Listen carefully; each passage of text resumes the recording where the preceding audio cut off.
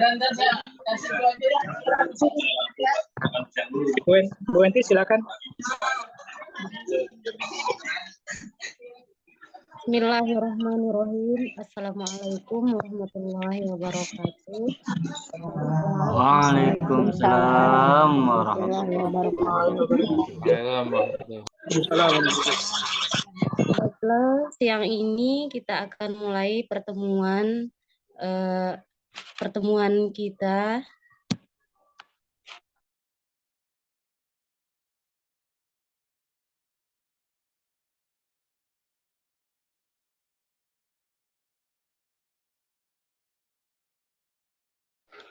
Suaranya mati, Bu Enti. Suaranya hilang. Oh iya Pak, maaf. Oh, kita mulai saja Pak ya. Sekarang untuk kelompok 10, yang pertama atas nama Pak Rahmat Saifullah, yang kedua atas nama Marlan Sofian, yang ketiga Ibu Yulianti Sara, dan yang keempat Siti Zulaiha. Yang jadi mediator di sini Pak Rahmat Saifullah. Silakan Pak Rahmat.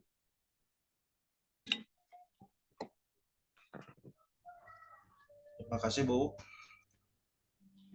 Innal hamdalillah nahmaduhu wa nasta'inuhu wa nastaghfiruh wa na'udzu billahi min shururi anfusina wa min sayyiati a'malina.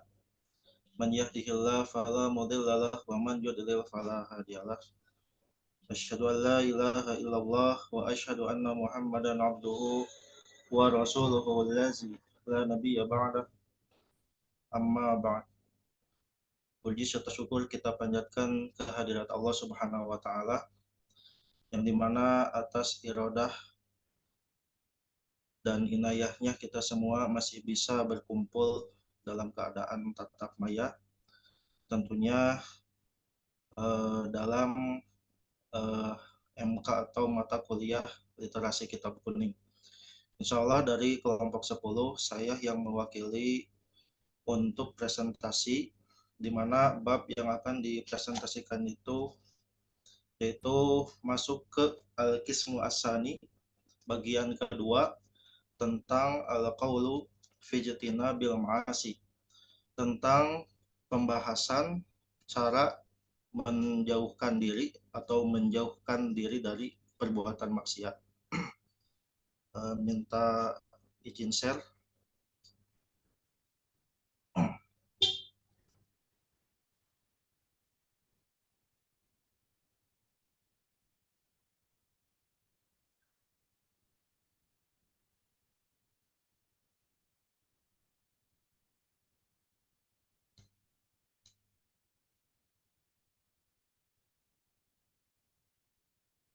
Sebentar ya Bapak Ibu.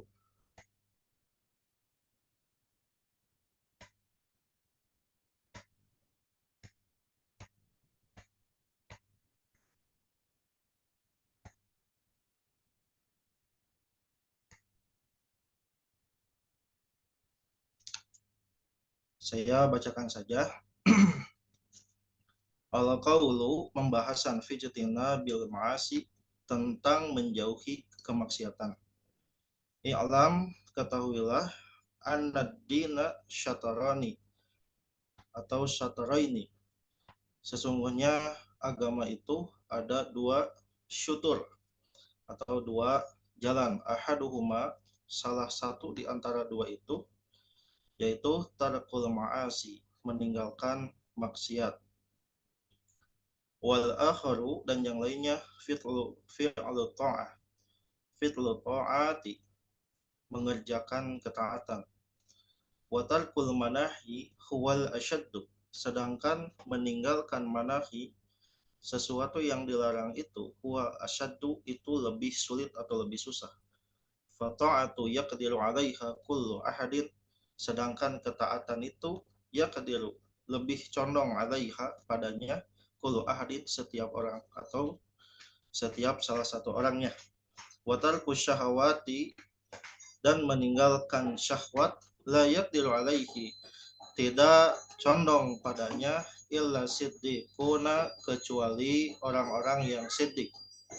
Walizalika, Dan karena itu, qala Rasulullah sallallahu alaihi wasallam, Rasulullah sallallahu alaihi wasallam bersabda, al muhajiru man hajara su'a.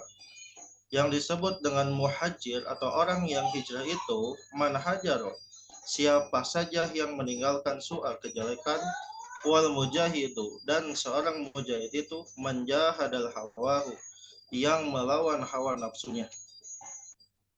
Pokoknya wa'alam annaka, ketahuilah annaka, sesungguhnya engkau, innama ta'asillaha ta'ala bi jawarihika, sesungguhnya kamu bermaksiat kepada Allah bi jawarihika, dengan anggota tubuhmu.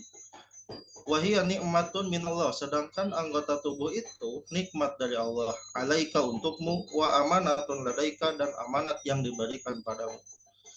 Fasti'anatuka bi ni'matillahi ta'ala,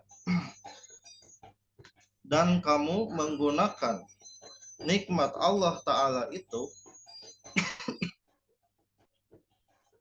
Maaf, di sini tidak terlihat.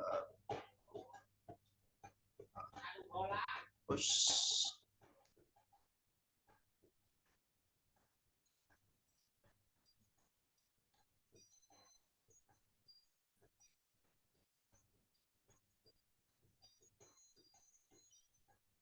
Fasti'anatuka bi ni'matillah, dan engkau mengerjakan atau menggunakan nikmat Allah itu ala ma'siyatin, kepada maksiat, ghayatul kufrani, dan kemaksiatan itu menuju kepada dua kekufuran. Wa khiwayanatuka fi amanatin istauda'aka Allah Ta'ala ghayatul tughyan, yaitu kamu berkhianat atas amanat yang Allah berikan padamu, dan itu telah menyalahi atau penyalahgunaan atas amanat yang diberikan. Fa'adauka ra'ayaka, sedangkan tubuhmu itu adalah rakyatmu. Fanzur kaifa tar'aha, perhatikanlah bagaimana kamu memimpinnya. Fakulukum ra'in, dan setiap diri kalian itu adalah pemimpin. Wakulukum mas'ulun, dan setiap kalian akan ditanya an ra'iyatihi, dari kepemimpinannya. Wa'alam anna jami'a a'daika satashhadu 'alaika fi 'arsatil qiyamati bilisani zalikin.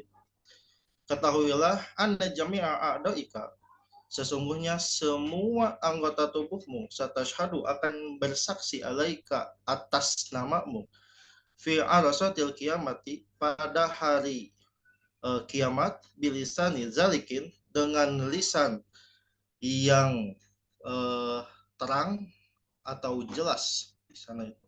Kalau di kitabnya itu ada kalimat bilisan tolikin, ada tambahan. Sedangkan di sini tidak ada. Selanjutnya, ya badahukallahu ta'ala ala mala'u minal khalaiki, dan Allah akan membukakan semua yang ada padamu itu di antara makhluk-makhluknya. Allah Ta'ala, Allah Subhanahu wa Ta'ala di sini berfirman, yauma tashhadu alaihim alsinatuhum, pada hari di mana bersaksi atas mereka alsinatuhum, lisan-lisan mereka, wa aidihim, dan tangan-tangan mereka, wa arjuluhum, dan kaki-kaki mereka, bimakanu ya'maluna, dengan apa yang mereka kerjakan. Wa qala ta'ala, dan Allah berfirman, al yaumu, pada hari itu, nakhtimu, ditutup, ala afwahihim, mulut-mulut mereka, wa tukallimuna aydihim, dan tangan-tangan mereka berbicara, wa tashhadu arjuluhum, dan kaki-kaki mereka bersaksi, bima kanu yaksibun, dengan apa yang mereka kerjakan. Fahfaz jami'a badanika, fahfaz, jagalah jami'a badanika, semua badanmu, wa khususnya a'da'aka sab'ah, anggota tubuhmu yang 7.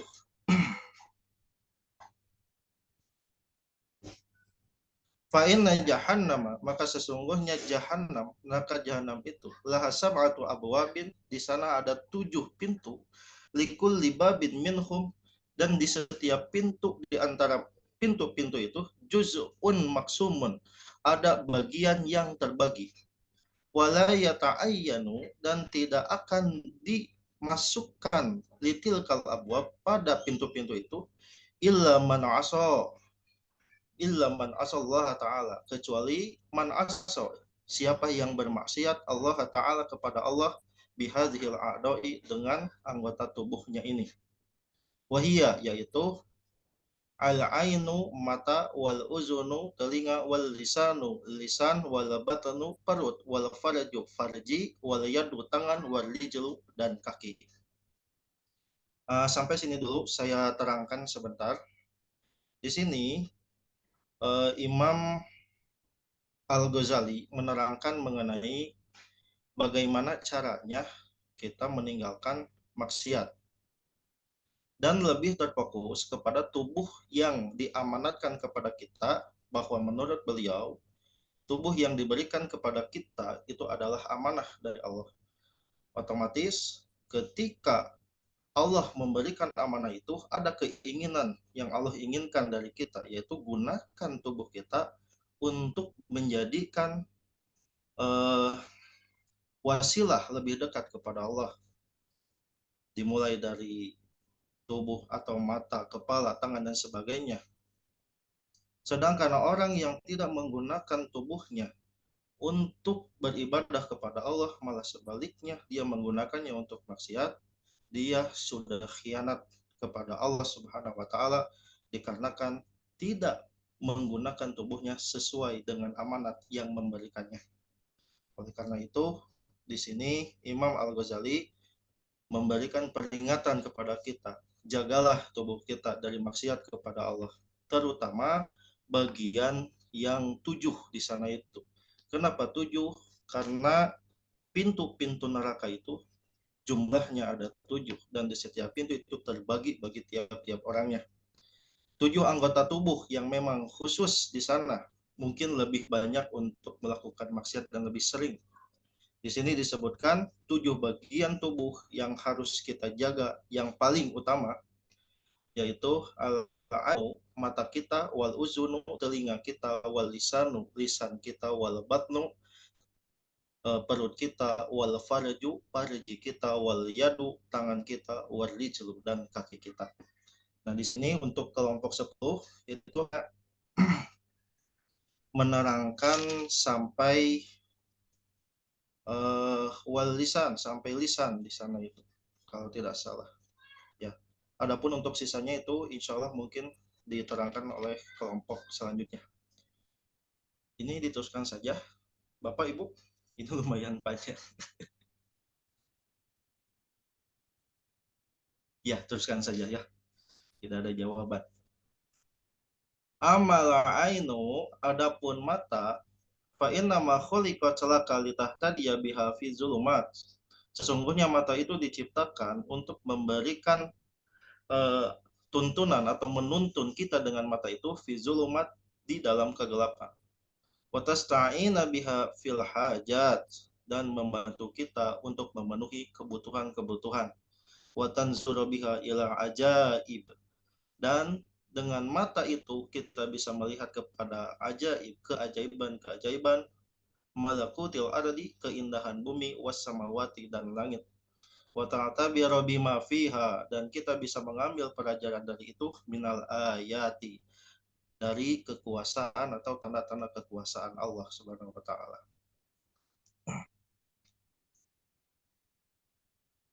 Fahfazha an arba'in, dan jagalah ia, mata itu, dari 4 perkara.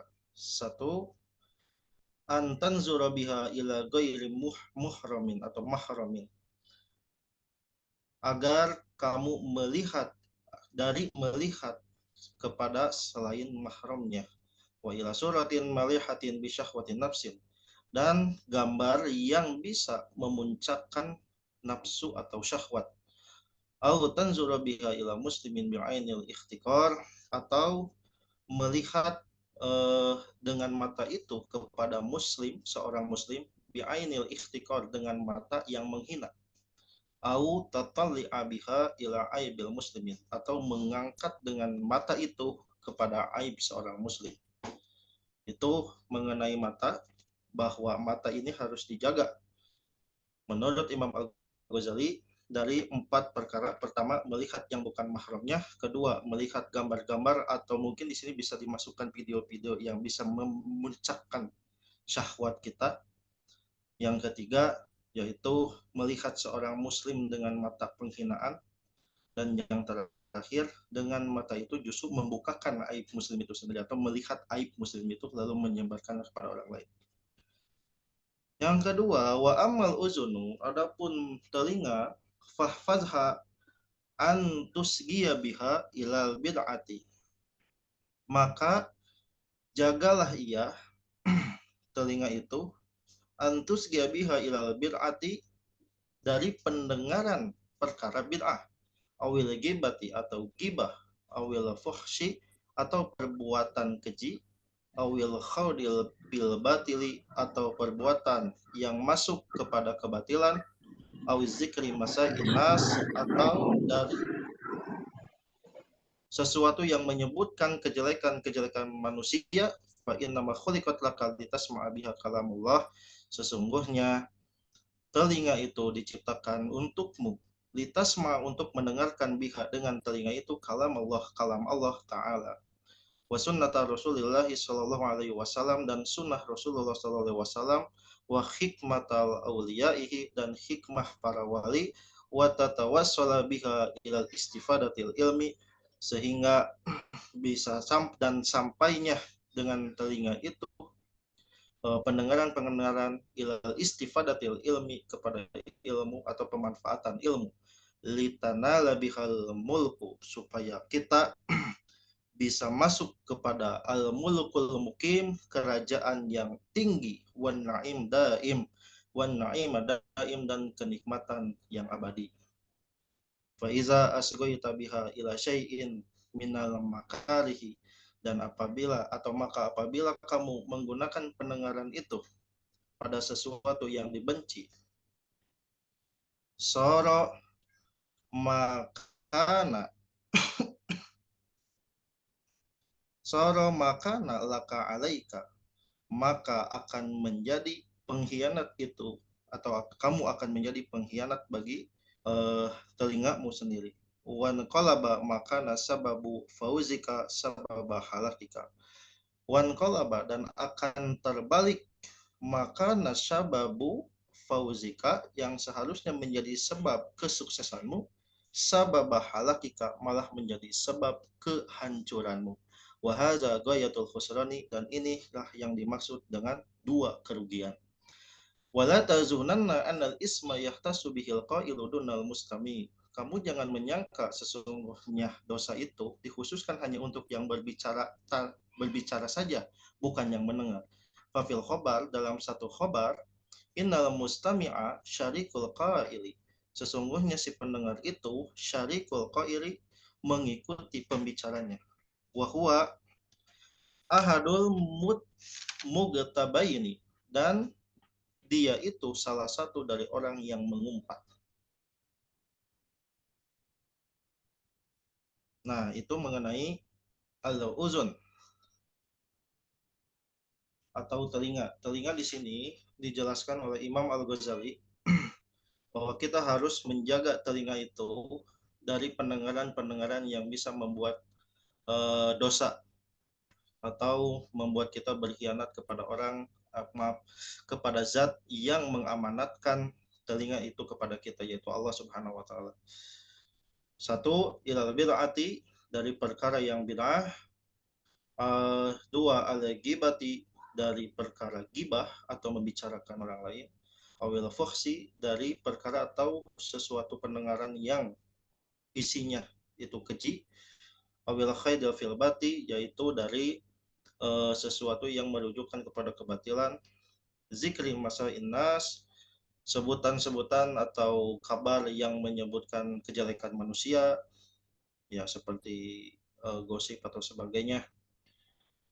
Nah, karena sesungguhnya telinga itu digunakan hanya 1 untuk mendengarkan kalam Allah, 2 untuk mendengarkan sunnah Rasul, dan yang ketiga untuk mendengarkan hikmah-hikmah para walinya, yaitu para asatid, para ulama, para kiai, dan sebagainya. Dan dengan menggunakan telinga seperti itu, diharapkan kita sampai dan disiapkan kerajaan yang tinggi serta kenikmatan yang abadi. Di sini kita menggunakan pendengaran kita digunakan dengan sesuatu yang diharamkan oleh Allah, justru yang seharusnya kita mendapatkan kesuksesan atau kebahagiaan malah menjadi kecelakaan bagi kita, dikarenakan kita hanya mendengar satu kemaksiatan atau sesuatu yang tidak boleh kita dengar. Lalu di sini Imam Al-Ghazali juga menyebutkan, jangan dikira bahwa dosa itu hanya bersumber dari orang yang berbicara saja. Orang yang mendengarkan juga, dia sama mendapatkan dosa itu. Artinya, walaupun orang lain yang mengumbat, orang lain yang menggibah, tetapi kalau kita ikut mendengarkan dengan setia mendengarkannya tanpa ada penolakan, tanpa ada teguran dari kita, tentu itu orang yang mendengarkannya sama terbawa dosa. Nah, itu mengenai al-uzun atau telinga. Serta yang terakhir di sini al-lisan. Ammal lisanu, dan adapun lisan, fa inna ma khuliqa laka lituksira bihi zikrallah ta'ala wa tilawata kitabihi. Diciptakannya lisan untukmu itu lituksira, untuk memperbanyak bihi dengannya atau dengan lisan itu zikrallah, zikir kepada Allah ta'ala, wa tilawata kitabihi, dan membaca kitabnya, wa tursyida bihi khalqallahi ta'ala ila tariqihi, dan diharapkan dengan lisannya itu memberikan petunjuk kepada ciptaan Allah, maksudnya kepada manusia, ila tariqihi, kepada jalannya atau menuju jalan yang benar, jalan yang lurus. Wa tuzhira bihi ma fi dhamirika min hajati dinika wa dunyaka, serta dengan lisan itu kamu menampakkan apa yang tersembunyi di dalam dirimu tentang kebutuhanmu pada agamamu atau duniamu. Faiza istamaltahu fi ghairi ma khuliqalahu, dan apabila kamu menggunakannya pada selain dia diciptakan, maksudnya lisan itu, faqad kafarta nikmatallahi ta'ala fihi, sungguh kamu telah kufur pada nikmat Allah yang diberikan padamu. Wa huwa aglabu a'da'ika 'alaika wa 'ala sa'iril khalqi, sedangkan lisan itu aglabu, yang paling berkesan di antara anggota tubuhmu yang lain, wa 'ala sa'iril khalqi, begitu juga di kebanyakan khalqi ciptaannya.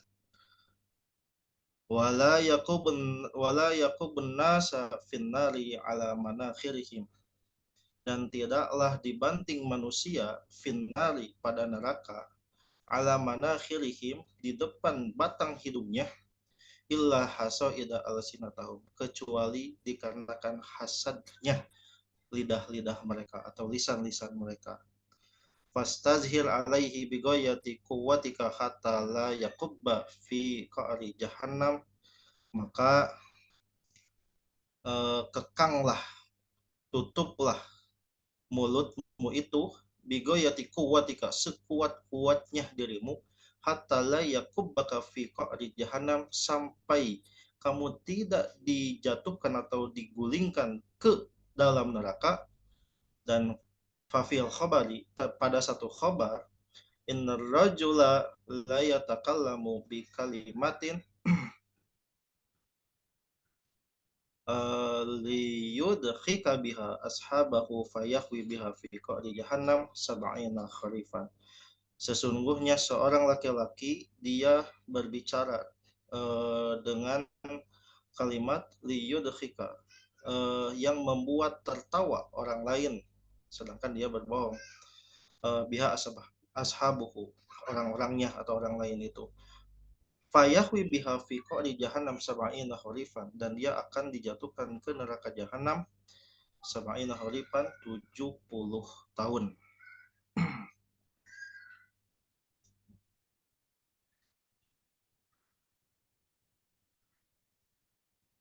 Waruwiya, Wa ruya annahu qutila syahidun fi ma'rakati ala ahdi Rasulillah sallallahu alaihi wasallam, dan diriwayatkan di sana itu bahwa annahu, bahwa dia qutila, terbunuh, syahidun syahid fi ma'rakah, di perang Ma'rakah, ala ahdi Rasulillah sallallahu alaihi wasallam, di zaman Rasulullah sallallahu alaihi wasallam. Faqala qailun hani'an lahu, dan ada sahabat yang berkata hani'an lahu, sungguh beruntunglah dia, bil jannah, karena dia masuk surga. Faqala Nabi sallallahu alaihi wasallam, lalu Nabi sallallahu alaihi wasallam di sini bersabda, wa ma yudrika, tidaklah engkau tahu, la'allahu kana yatakallamu fiha la ya'inihi wa yabkhulu bima la yughnihi, sesungguhnya bisa saja dia berbicara sesuatu yang tidak bermanfaat baginya, atau sesuatu yang bisa, atau dia bakhil dengan apa yang tidak akan mencukupkannya. Fahfad lisanaka min samaniyah, dan jagalah lisanmu minas samaniyah, dari 8 perkara. Samaniyati asya, dari 8 perkara. Di sini mengenai lisan, saya terangkan terlebih dahulu. Lisan ini termasuk salah satu anggota tubuh yang memang fatal, khususnya bagi manusia. Bahkan Imam Al-Ghazali menyebutkan dengan lisan itu huwa aglabu a'daika, dia yang paling berkesan, lisan itu, di antara anggota tubuhmu yang lain. Kenapa? Karena hanya dengan lisan engkau bisa menyakiti seseorang, bahkan sulit untuk disembuhkannya. Merusak satu negara itu bisa dengan lisan dan sebagainya. Karena itu khusus dalam lisan ini ada 8 hal yang memang harus dijaga mengenai lisan ini menurut Imam Al-Ghazali, yang memang lumayan panjang mengenai lisan itu. Penggunaan lisan ini manfaatnya salah satunya yaitu bisa mengungkapkan apa yang ada di dalam kita, di dalam diri kita. Kita ingin apa, kita ingin menyampaikan apa, itu bisa diungkapkan dengan lisan kita. Apakah itu untuk kebutuhan dunia atau kebutuhan agama. Tapi satu hal yang pasti di sini Imam Al-Ghazali menyebutkan fa inna ma khuliqala kali tuksiru bihi zikrallahi ta'ala. Diciptakannya lisan itu agar kita memperbanyak zikir kepada Allah, wa tilawata kitabihi, serta memperbanyak membaca kitabnya, bukan memperbanyak maksiat kepada Allah Subhanahu wa taala. Karena apa? Karena tidak sedikit orang yang celaka dikarenakan lisannya, sampai menurut beberapa riwayat di sini dia dimasukkan ke dalam neraka gara-gara lisannya. Maka bahkan sampai ada riwayat orang yang dianggap syahid, menurut para sahabat dia masuk surga. Kata Rasul, la'allahu kana yatakallamu fi ma la ya'nihi. Mungkin saja dia bisa berbicara, banyak bicara, tapi tidak memberikan manfaat baginya. Artinya lisan juga yang menjadikan dia seolah-olah tidak jadi mendapatkan pahala syahid di sini kalau menurut hadis riwayat ini. Allahu a'lam bishawab. Saya lanjutkan lagi sedikit lagi. Yang harus dijaga yaitu 8 perkara mengenai lisan. Yang pertama yang tidak boleh dikerjakan oleh lisan itu yaitu al-kazibu, berbohong. Fahfad lisanaka minhu fil jiddi wal hajri, menjaga lisan dari berbohong itu yaitu fil jiddi, ketika sungguh-sungguh nggak boleh berbohong, wal hajri, dan ketika bergurau atau ketika bercanda. Bercanda nggak boleh berbohong, begitu juga ketika sungguh-sungguh. Wala tu'awid nafsaka al-kaziba hajlan, kalau kamu terbiasa berbohong ketika bercanda, maka kamu akan terbiasa berbohong dengan bercandaan itu. Faya ta'ada ilal jiddi, dan akhirnya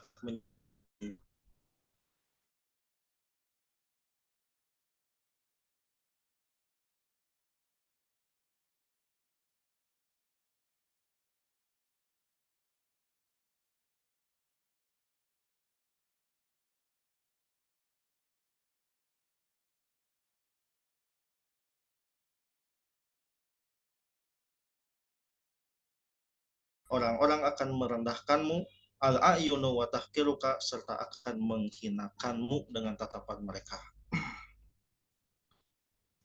Faiza aradata an ta'rifa qubhal kazbi min nafsika, dan apabila kamu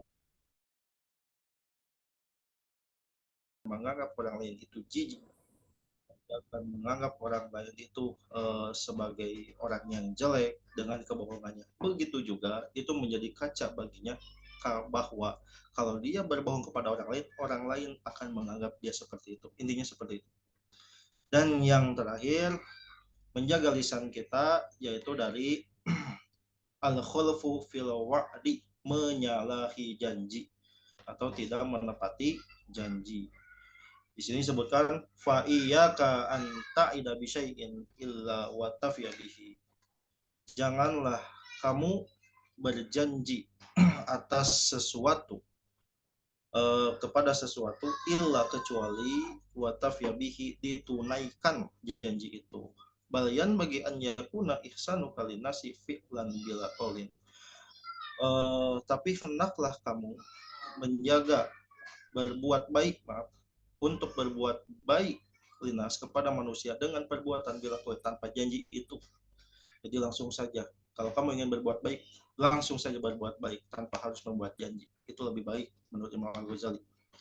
Faidaturil ilal wa'di, apabila kamu terpaksa untuk berjanji, fa iyyaka an tukhlifa, janganlah kamu menyalahinya. Illa li azin, kecuali kalau kamu dalam keadaan lemah, misal sedang sakit atau sebagainya, au daruratin, atau dalam keadaan darurat, keadaan susah, keadaan sulit.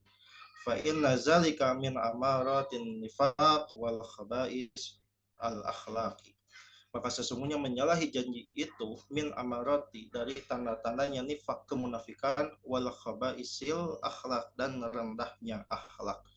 Qala Nabi sallallahu alaihi wasallam, Nabi sallallahu alaihi wasallam telah bersabda, salasun man kunna fihi, ada 3 perkara yang memang dia ada di dalamnya, fahuwa munafikun, dan dia seorang munafik, wa in shoma wa sholat, walaupun dia saum dan sholat. Satu, yaitu man idza haddasa kadzaba, orang yang apabila dia berbicara dia bohong, wa iza wa'ada akhlafa, apabila dia membuat janji dia melanggar itu, wa iza tu'mina khana, dan apabila diberi amanat dia khianat. Intinya untuk yang menyalahi janji semuanya sudah tahu, itu termasuk kepada perbuatan yang zalim atau yang jelek, bahkan sangat dilarang. Bahkan dalam hadis ini Rasulullah SAW menyebutkan tanda-tanda munafik itu ada 3. Salah satunya yaitu orang yang menyalahi janjinya. Walaupun menurut mayoritas para ulama, maksud janji di sini itu bukan menyalahi janji di sini, atau 3 perkara ini bukan termasuk orang munafik hakiki, tapi setidaknya sudah ada tanda-tanda kemunafikan. Bapak, Ibu yang saya hormati, mungkin sekian presentasi dari kelompok 10. Mudah-mudahan ada guna dan manfaat.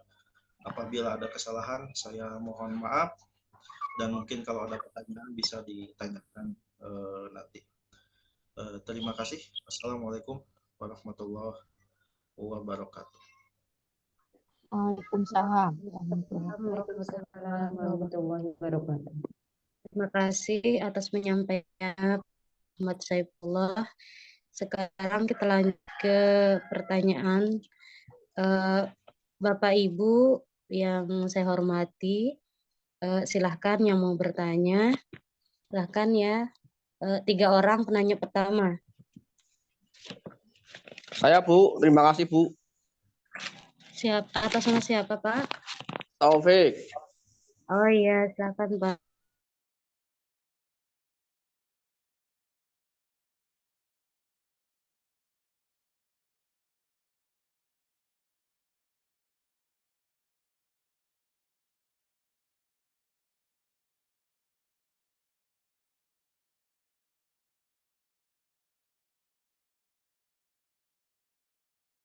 Al-Ghazali tadi, saya tertarik bahwa fenomena sekarang itu banyak sekali selebritis kita atau public figure itu mereka ketika mendekati Ramadan atau nanti mendekati bulan Dzulhijjah atau hari raya kurban, mereka itu hijrah istilahnya. Hijrah mereka itu memperbaiki diri yang tadinya tidak berhijab, kemudian mereka berhijab.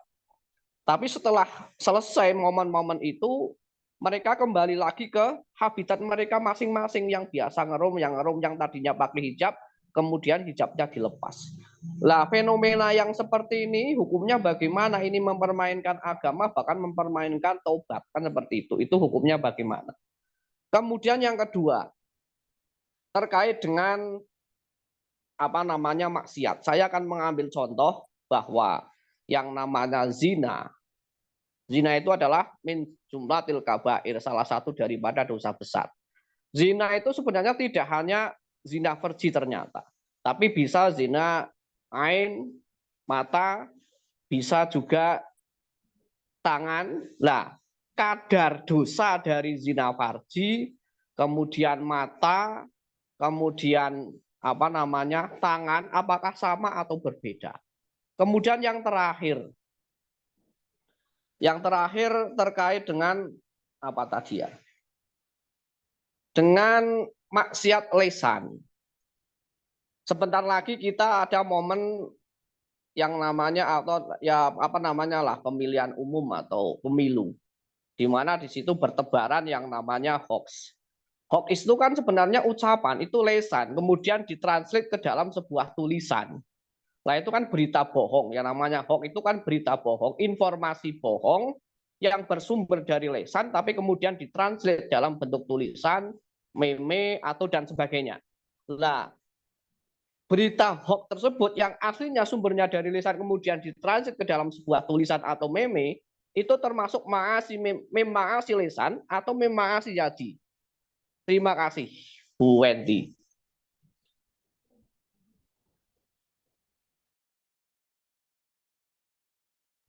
Silakan Pak Rahmat, mau langsung dijawab atau bagaimana Pak?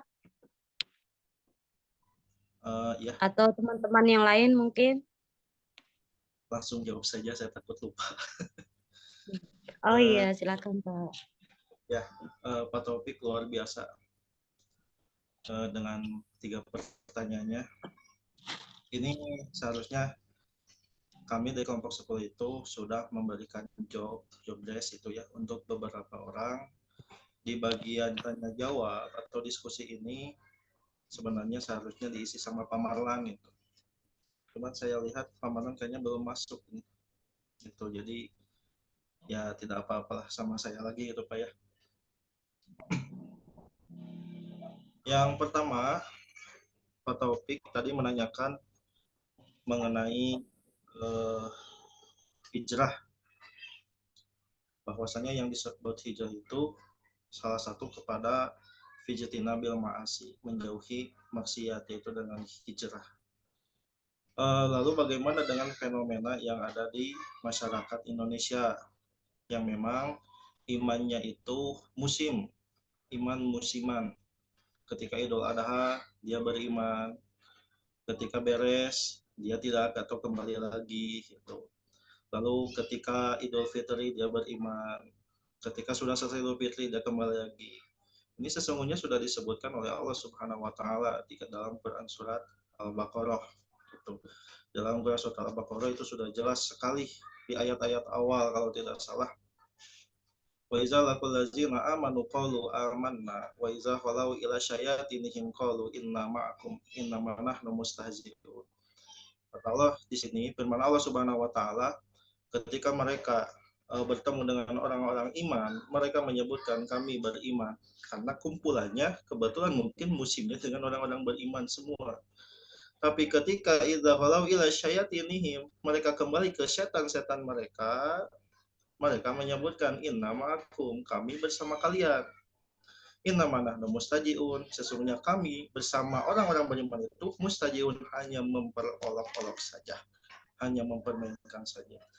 Sebenarnya sudah dijawab sama Pak Taufik tadi. Memang betul orang yang dia iman lalu kembali lagi ke maksiatnya, ke dosanya, lalu dia iman lagi lalu kembali terus seperti itu termasuk mustahziun.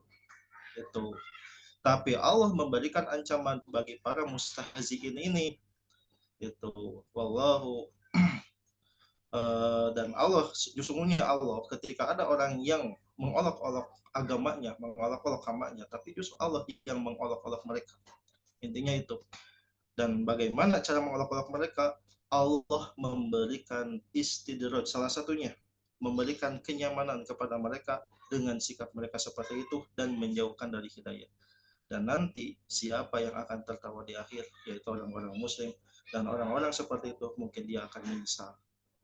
Mungkin kurang lebih seperti itu Pak Taufik untuk pertanyaan yang pertama. Jadi jelas hukumnya dosa bagi orang yang mempermainkan keimanan sampai seperti itu. Pertanyaan yang kedua, aduh maaf saya lupa lagi Bu Wenti. Yang kedua apa ya? Oh ya. Kadar dosa apakah sama dengan dosa zina, dosa mata, apakah sama kadar dosanya, Pak? Ya. Tindakan dosanya sama apa tidak itu? Di dalam Quran sudah jelas Allah Subhanahu wa taala melarang kita wala taqrabuz zina. Janganlah kalian mendekati zina. Nah, kalimat taqrabuz zina di sini atau mendekati zina ini banyak macamnya. Jadi bukan zinahnya, tapi taqrabuz zina, mendekati zina. Seperti dengan bermain mata dengan lawan jenis, atau dengan bersentuhan tangan, atau dengan maaf mungkin kalau sekarang itu chat-chat yang berbau maaf dewasa dan sebagainya, itu termasuk kepada taqrabuz zina, mendekati zina. Adapun yang disebut zina itu sendiri ya bapak sama ibu sudah mafhum, apalagi yang sudah berkeluarga itu sudah bukan rahasia lagi. Yang disebut zina itu jelas kiparatnya ada dua. Bagi orang yang sudah menikah lalu dia zina dengan tetangganya, kifaratnya itu dia harus diranjam. Diranjam bagaimana? Dilempar batu sampai dia meninggal. Itu harus dilempar batu sama semua masyarakat yang ada di sana, masyarakat muslim.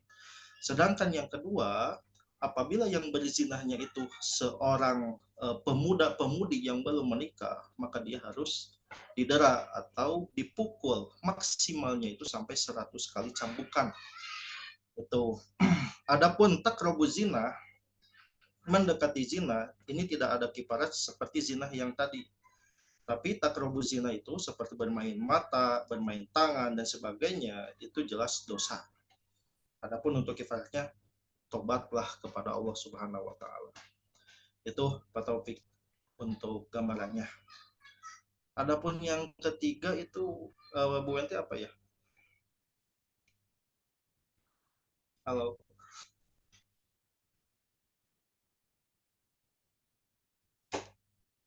Mungkin Pak Taufik, aduh maaf saya tidak mencatat pertanyaan yang ketiga ini.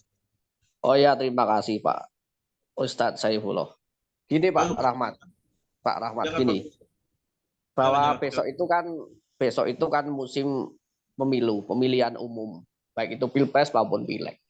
Nah di situ kan bertebaran hoax, berita-berita hoax. Yang namanya berita itu kan bersumber dari lisan yang kemudian ditranslate dalam bentuk tulisan atau dalam bentuk meme. Nah, kegiatan penyebaran hoax yang berasal dari lisan kemudian ditranslate ke dalam tulisan atau ke dalam bentuk meme atau gambar, itu termasuk memangasi lisan atau memangasi jadi. Seperti itu Pak Rahmat, terima kasih. Oh iya, Pak Taufik. Ini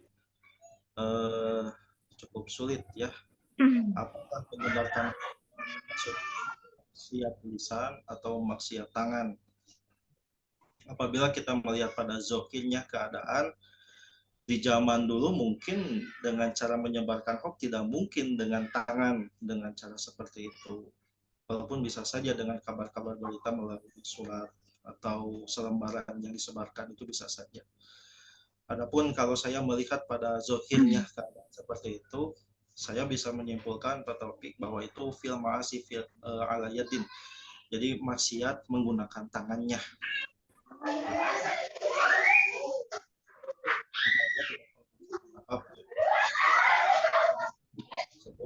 Melalui tangannya dan disebarkan kepada orang lain.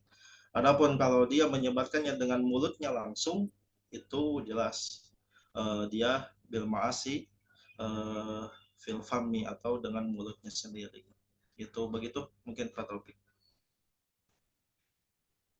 Matur suwun Pak Saifullah. Sama-sama Pak Taufik.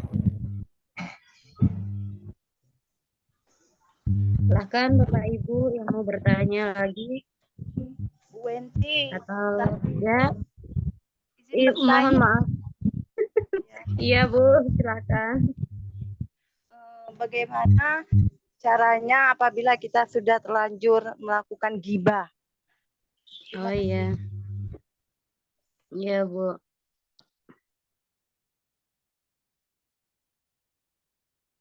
Bisa dijawab langsung Pak atau bagaimana? Saya jawab langsung aja. Iya. Caranya kalau sudah terlanjur gibah, jangan diteruskan Bu Happy ya. Kalau udah terlanjur, lanjutin aja. Ya nggak usah gitu. Emang sulit ya, karena ini masuknya juga dengan hablum minanas. Jangan sampai ada kisah, jangan gibah kamu seperti dia. Nah, itu gibah juga kalau bicara seperti itu. Nah, ini soal gibah itu memang berat, khususnya para kaum hawa mungkinnya yang suka dengan hal-hal seperti ini. Tapi insya Allah ibu-ibu di sini itu nggak ada. Itu kan di orang lain itu ya, di sini nggak ada insya Allah. Gibah itu menjadi makanan sehari-hari. Kenapa? Karena ada tontonannya, karena sudah ada medianya. Membicarakan orang lain itu sudah menjadi kebutuhan pokok, seolah-olah seperti ini. Hidup tanpa mengetahui kekurangan atau kejelekan orang lain itu seolah-olah seperti sayur tanpa garam, kata mereka. Nah, ini memang kebiasaan yang harus kita jauhi, karena cara mudahnya saja. Bagaimana rasanya kalau kita ternyata yang digibah, yang dibicarakan kejelekan kita sama orang lain. Sedangkan Rasulullah Shallallahu Alaihi Wasallam di sini pernah bersabda bahwa apabila kita atau kalian menutup aib orang lain, Allah akan menutup aib kalian di dunia dan di akhirat. Begitu juga sebaliknya, apabila kalian membuka aib orang lain, Allah akan membuka aib kalian di dunia dan di akhirat. Ukurannya berarti kalau tidak ingin aib kita dilihatkan oleh Allah kepada orang lain, kita harus menutup aib orang lain. Itu mungkin hukuman langsung dari Allah bagi para penggibah, orang-orang yang suka membicarakan orang lain. Dan jelas Rasulullah SAW mengharamkan gibah.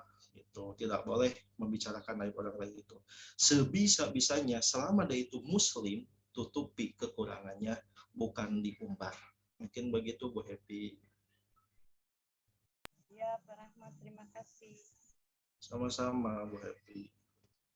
Kita lanjut lagi Bapak Ibu. Siapa lagi yang mau bertanya? Atau Saya Bu satu lagi Bu Wenti, supaya Oh iya. diskusi kita atraktif. Ini Pak Saifullah, bahwa kita tidak menafikan bahwa di lingkungan pondok pesantren itu ada budaya gosok. Itu tidak bisa dihilangkan. Ada budaya gosok di dalam pendidikan pesantren. Saya misalnya taruh sandal di masjid yang roto bagus, kita keluar ora ono Pak. Atau nyantel lagi kelambi, kadang-kadang dipakai teman kita yang lain. Sarung juga seperti itu.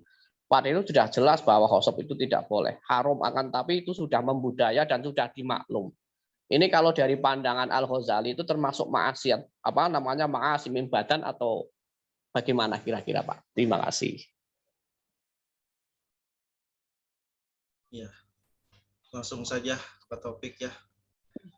Iya, Ini Pak. saya husnudon aja ini santai-santai. Mungkin mereka itu mengamalkan apa yang diucapkan oleh ustadznya. Kata ustadznya itu pilih yang bagus, tinggalkan yang itu. Allah walau bisa enggak. Gitu. Bercanda itu. Kebetulan pembahasannya belum sampai ke sana. Di sini juga tentang lisan itu belum beres, baru 2. tentang lisan itu masih tentang berbohong dan tentang menyalahi janji. Adapun kalau misalkan saya melihat kasus seperti tadi, menurut Imam Al-Ghazali bagaimana, saya belum tahu menurut beliau bagaimana, karena bab ini Al-Qismus Tsani belum saya baca semua. Begitu Pak Taufik, jadi saya nggak bisa memberanikan diri untuk menjawab lebih kalau memang yang ingin diketahuinya itu menurut Imam Al-Ghazali. Begitu Pak Taufik. Nanti insya Allah kita baca sama-sama lagi. Siap. Monggo Ya. dilanjut.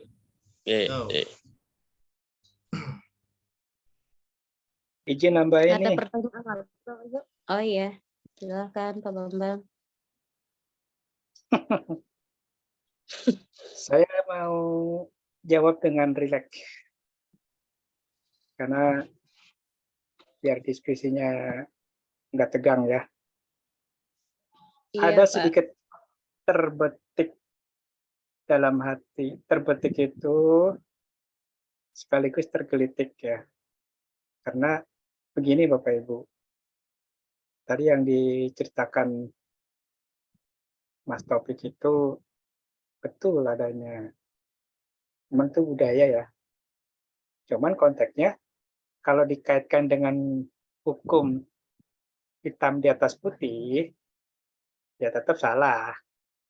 Cuman kalau kita lihat kadar dari budaya di pesantren, itu kan begini nih. Kita dibiasakan untuk bersama-sama di dalam dunia pesantren, di dalam dunia apapun ya, karena bahasa hanahnu angsurullah, kita yang menolong agama Allah. Nah, konteksnya kata kita itu bermakna komunitas yang ada di situ. Jadi terkadang budaya yang ada di situ timbul merasa bahwa kalau bahasa Jawanya duwekmu ya duweku gitu. Punyamu ya punyaku. Kenapa? Karena kita ini kan ada satu wadah di dalam budaya pesantren. Jadi saya nggak berbicara secara hukum di atas kertas ya. Tadi sudah saya sampaikan bahwa hukum di atas kertas itu udah pasti ya salah tetap. Cuman ya itu tadi dalam lingkungan internal pesantren itu hal seperti itu bahasanya adalah maklum saja. Sama aja kayak di rumah gitu kan, di rumah misalkan antar anggota keluarga gitu kan. Misalkan antara si kakak dengan si adik. Kalau secara normatif itu kan ya tetap nggak boleh bajunya si kakak dipakai si adik ataupun sebaliknya. Tapi dalam pergaulan di internal keluarga, ya itu mah sah-sah saja, gitu. Boleh-boleh aja. Yang penting satu, kerukunan di dalam keluarga, kerukunan di dalam komunitas pesantren itu terwujud. Seperti itu kira-kira gambarannya. Yang lain monggo. Silakan. Izin, mohon maaf, izin. Izin mau menanggapi mungkin. Bah, monggo silakan, Bah. Oke, terima kasih untuk teman-teman. Masya Allah, pembahasan yang luar biasa hari ini ya. Jadi, apa ya, istilahnya ini nanggapin atau gimana, ini terserah Bapak lah yang menyimpulkan ya. Cuma saya mau atas apa ya, berdasarkan pengalaman atau berdasarkan buku-buku yang sudah dibaca. Yang pertama tadi masalah dosa tangan dengan dosa lisan, apakah sama atau apa, yang hoax yang disebarkan lewat tulisan itu apakah itu termasuk dosa lisan atau dosa tangan gitu kan, kata Pak Taufik tadi.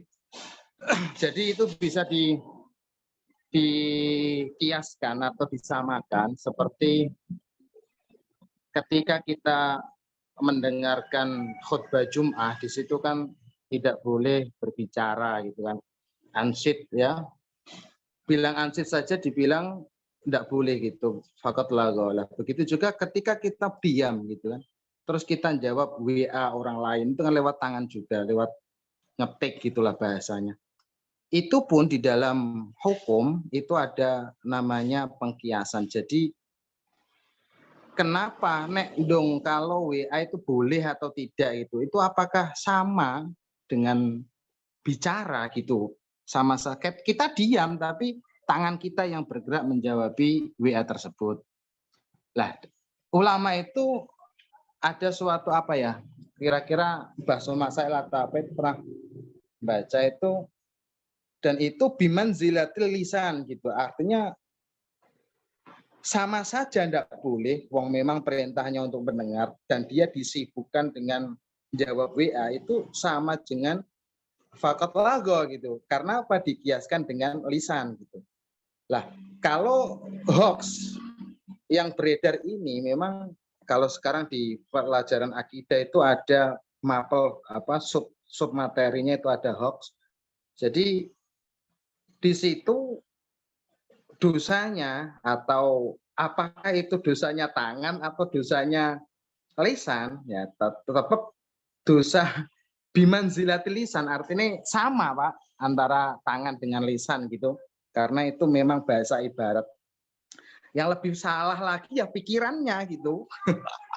Karena enggak mungkin orang gila menulis kayak gitu kan, enggak mungkin gitu. Pasti pikiran yang memiliki dosa tersebut kalau dijelentreake gitulah, kalau diluruskan gitu. Jadi untuk dosa tangan hoax dan itu bimanzilatil lisan, intinya gitu. Yang kedua tadi ya yang dibilang budaya di pondok itu jangan budaya di pondok lah Pak, itu kayak merendahkan di pondok saja gitu kan. Jadi gini, untuk saling gosip dan itu nek di istilah gosip tetap tidak boleh Pak, meskipun itu budaya gitu. Jadi bolehnya gimana? Gini, jadi di dalam ilmu usul itu ada bilang gini, ono istilah apa ya? Ulima ridho'uhu gitu, diketahui ridhonya begitu. Jadi meskipun di pondok itu sudah menjadi budaya atau yang dibilang budaya, ketika kita melihat oh ini pakaiannya si fulan, ini sandalnya si fulan, dan si fulan kita tahu si fulan tersebut adalah orang yang boleh kita pakai gitu, maka itu enggak apa-apa. Tapi ketika meskipun itu menjadi budaya dan kita tahu bahwa ini enggak tahu miliknya siapa, tetap aja Pak, kalau dibilang dosa tetap dosa gitu kan. Jadi yang tidak masalah itu ketika memang kita tahu ini miliknya siapa, kita pakai dan kita tahu bahwa pemiliknya itu ridho gitu loh. Jadi di atas kertasnya begitu Pak Babang. Jadi di atas kertasnya ya ada notnya ulima ridho'uhu itu yang menjadi nopo catatan agar terbebas dari sebuah istilah gosip gitu ya, istilahnya gosip tapi kita sudah ngerti bahwa dia itu pasti boleh gitu kan. Jadi begitu Pak tanggapan dari saya lah. Jadi untuk kebudayaan sendiaran budaya gosip itu kita sudah hampir menghilangkan lah di pesantren-pesantren itu sudah nggak ada gitu. Jadi sekian dari itu, mungkin ada yang ditambah-tambah silakan gitu ya. Kalau terima kasih. Oke, saya mau tambahin Terima juga kasih sedikit. Mbah Nafis, Mbah. Terima kasih. Saya Boleh, justru saya mau nambahkan dulu nih. mau bertanya balik ini. Ini kaitannya dengan tadi hoax dan sebagainya, termasuk bimanzilatil lisan. Ini gini, kemarin kita bicara pada konteks yang kekinian saja lah. Kemarin ada Mustafa yang mengirim surat ke MUI, yang intinya dia mengaku-ngaku dan sebagainya kan seperti itu. Itu sebenarnya yang menulis Mustafa itu tidak bisa ngetik, tapi yang menulis adalah jasa dari rental. Lah, itu keduanya itu termasuk berkolaborasi dalam maasi, dalam maksiat, atau hanya Mustafa saja yang termasuk di situ termasuk maasi min lisan. bimanzilati lisan, sedangkan yang ngetik itu tidak tahu menau, yang penting dapat duit atau bagian dari apa namanya sirkun fil ma'asi.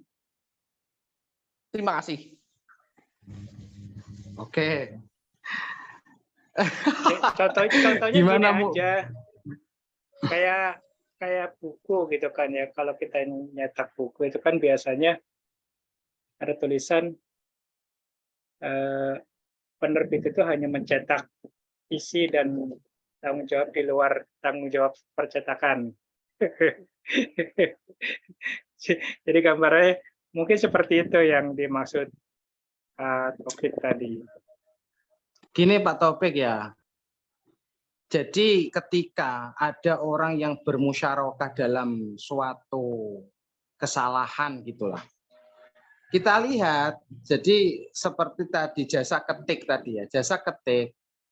Kalau memang lebih ekstrimnya ya, kalau memang si jasa ngetik itu ngerti apa yang diketik itu salah dan akan membuat onar orang-orang, dia akan terlibat Pak dalam ikut dosa. Tapi kalau dilihat dari segi dia bekerja gitu kan, dia asal kerja saja gitu. Yang penting kerja saya halal kan gitu. Nulis kan halal. Lah ini bisa juga diibaratkan seperti dosa khomer Pak. Mungkin ya, mungkin. Kalau khomer itu kan bisa bahkan menyilai montore atau meminjamkan sepeda motornya untuk membelikan khomer saja tidak boleh itu. Bahkan yang membawanya aja tidak boleh begitu. Itu kalau musyarakah dalam dosa. Kita lihat, makanya ketika orang itu tidak ngerti Pak, tidak ngerti, udah gering di stake tuku contoh. Tapi dia tidak ngerti kalau motor di situ dipinjam untuk beli khomer, maka si peminjam motor pun tidak tahu apa-apa. Artinya dia agak terbebas dari itu, Pak. Begitu juga orang yang ngetik gitu. Jadi orang yang ngetik dilihat pengetiknya itu memang buta dalam hal itu atau dia ngerti bahwa ini yang saya ketik ini keliru gitu kan. Wah ini bahaya. Seperti gini Pak, contoh kayak kita di Jepara itu ya, kita banyak juga dapat pesanan yaitu patung Yesus Kristus dan situ atau apalah gitu kan.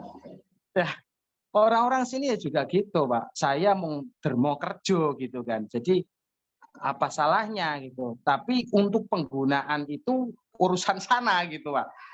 Saya juga bingung sih aslinya dengan statement itu. Cuma kalau lihat dari ekstrim dosa dan tidaknya, wallahu alam ya Pak. Kita dosa siapa dan dosa siapa, salah siapa itu juga ngerti. Cuma tadi Pak, menurut saya ketika juru ketiknya itu tahu yang diketik itu akan membuat onar seluruh Indonesia, maka dia kok lanjutkan tetap, wallahu alam ya ini ya. Menurut saya saja sih. Itu tetap musyarakah dalam ism atau musyarakah dalam apa namanya Pak, dosa gitu. Bimanzilatil lisan. Nah, dia kan bukan bimanzilatil lisan ya, tapi memang dia menulis statement itu gitu. Terima kasih. Izin menambahkan sedikit. Di awal pembahasan kitab ada kata-kata begini. Kama qala sallallahu alaihi wasallam, man a'ana ala maksiatin walau bisa trikalimatin kana syarikan fiha. Al hadis. Gitu kira-kira Pak Taufik. Sekian. Terima kasih. Betul.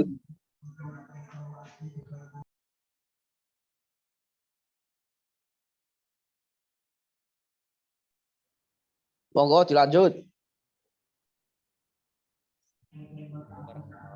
Ya, artinya siapa yang membantu terwujudnya perbuatan maksiat, walaupun hanya dengan sepenggal kata, ia sudah menjadi sekutu baginya dalam perbuatan tersebut. Kan begitu. Itu di awal kitab juga memang sudah dijelaskan. Kira-kira kalau kaitan yang tadi, kalau menurut perkataan yang ini sih yang di awal, ya ikut juga gitu Pak.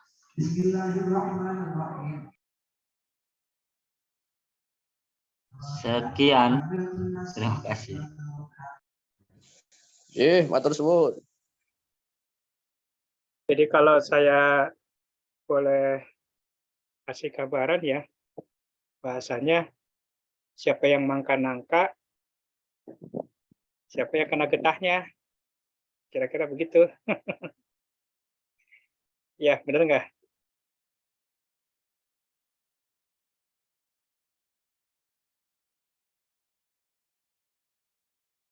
Tapi kalau nangkanya sudah dikuliti, Pak, sudah bersih seperti yang di Alfamart.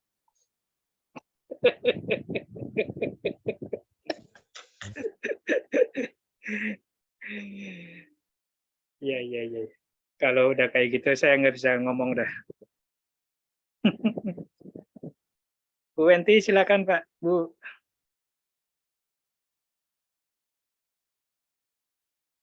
Iya, Pak. Ada yang ditanyakan lagi teman-teman? Atau bagaimana? Kita tutup atau bagaimana ini Pak Bambang? Pak dosennya enggak ada ya? Iya, Belum masuk. kayaknya Pak dosen juga Belum masuk. enggak masuk dari tadi. Udah saya WA sih. Tapi mungkin ada kesibukan, jadi belum masuk. Oh, berarti kita lanjut atau bagaimana? Ya, saya cuma mau tadi menanggapi yang disampaikan oleh Pak Bambang ya, atau Pak Taufik tentang gosop di pondok pesantren. Kalau memang mau dikatakan budaya, nggak juga sih, nggak semua pondok pesantren punya kebiasaan seperti itu. Tapi memang rata-rata umumnya di pesantren ya tadi ada yang memakai barang orang lain tanpa izin atau memakai sendal orang temannya tanpa izin, itu kan termasuk gosok. Nah, ini berkaitan dengan antara teori dan praktik ya. Kadang-kadang banyak pesantren yang ada juga pesantren yang memang di dalamnya itu setiap santri pasti sudah memahami bahwa kalau ketika minjem barang temennya itu harus minta izin kepada temennya. Itu ada pesantren yang seperti itu. Tapi umumnya pesantren itu ya tadi kebiasaan menggunakan atau mengambil barang milik temannya tanpa izin. Gosop ya tetap gosop ya, tidak ada toleransi, tidak ada ini karena di dalam pondok diberi kebebasan atau tidak ada hukuman. Tetap aja gosop ya gosop. Contoh pengalaman saya waktu di pesantren. Pernah saya karena mungkin subuh ya, ketika mau menggunakan sendal, ternyata sendal saya sama sendal kiai itu sama persis. Nah, ketika saya salah menggunakan sendal kiai yang saya pakai, alhamdulillah kena hukuman saya oleh kiainya itu. Walaupun sebenarnya posisi sendal kita sama dan salah pakai doang, tetap kena hukuman karena itu adalah menurut kiai adalah gosop ya, dan itu tetap dapat hukuman. Jadi kalau bisa memang di pesantren itu harus membiasakan diri, harus menyamak antara teori dan praktik itu harus sejalan gitu. Jangan hanya ketika banyak teori yang disampaikan tapi dalam prakteknya tidak seperti itu. Contoh lain adalah kebersihan. Kita lihat pesantren itu kan selalu diajarkan tentang kebersihan. Ya, an-nazafatu minal iman. Kebersihan adalah sebagian daripada iman. Tapi kita lihat banyak pesantren yang di luar dari konteks itu gitu. Banyak pesantren yang kotor. Banyak pesantren yang santrinya tidak bisa menjaga kebersihan lingkungannya. Itu adalah salah satu contoh dari bagaimana di pesantren itu ini nggak tahu ya, apakah antara teori dan praktek itu tidak sejalan. Oleh karena itu sekali lagi gosop ya gosop gitu. Baik di pesantren, di rumah tetap aja harus dibiasakan dan harus diberikan pendidikan kepada keluarga bahwa ketika adiknya mau minjem punya kakaknya ya harus bilang, harus izin gitu kepada kakaknya. Terima kasih.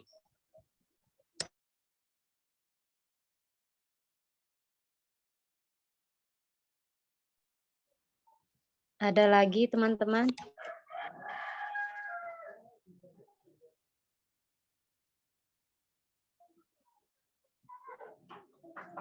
Bagaimana Pak Rahmat? Kayaknya Pak Nasih sudah. mau ngasih wejangan ini. Mangga Pak. Main tembak aja nih. Silakan Pak Nasih. Cukup Bu, cukup buat saya cukup. Bu Nenden.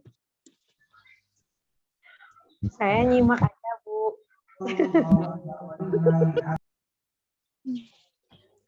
Kalau nggak ada mah ditutup aja. Tidak cepet. Bagaimana Pak Zaki? Kita tutup atau bagaimana? Ya, sekiranya cukup ya cukupkan aja, Bu. Setuju. Oke, kita Ya, resume kita aja masih barangkali. ada. Yang lain mungkin masih ada, waktunya masih banyak kok, masih panjang. Oh iya. Bapak Ibu silakan. Ini yang Ada yang emak-emak bukan belum lagi. ada yang bersuang ya. Bu Era. 30% dari emak-emak itu kuota 30% digunakan emak-emak, monggo. Iya Bu, nyimak aja Bu. Bapak-bapak lanjut Bapak-bapak. Iya, kita Habis nyimak. Habis ini itu yuk. Bahas yang lain yuk. Iya gitu aja Pak.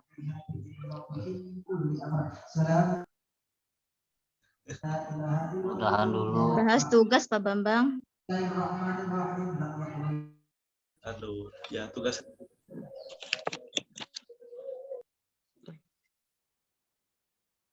Baiklah Bapak Ibu, pertemuan kita siang ini kita tutup. Sebelum kita tutup, kesimpulan yang bisa kita ambil pada siang ini adalah peliharalah semua anggota badanmu dari maksiat, khususnya 7 anggota badan, yaitu mata dari melihat yang bukan mahramnya, melihat gambar dengan syahwat, melihat aib seorang muslim, dan lain-lain. Yang kedua, telinga dari mendengar bid'ah, gibah, perkataan keji, takut pada kebatilan atau kejelekan orang lain. Yang ketiga, lidah atau mulut dari berdusta, mengingkari janji, gibah, atau berdebat, dan lain-lain. Demikian presentasi kita hari ini. Semoga apa yang disampaikan dapat bermanfaat bagi kita semua. Jika ada kekurangan, mohon dimaafkan karena kesempurnaan hanya milik Allah Subhanahu wa taala. Akhirul kalam. Assalamualaikum warahmatullahi wabarakatuh. Waalaikumsalam. Waalaikumsalam warahmatullahi wabarakatuh.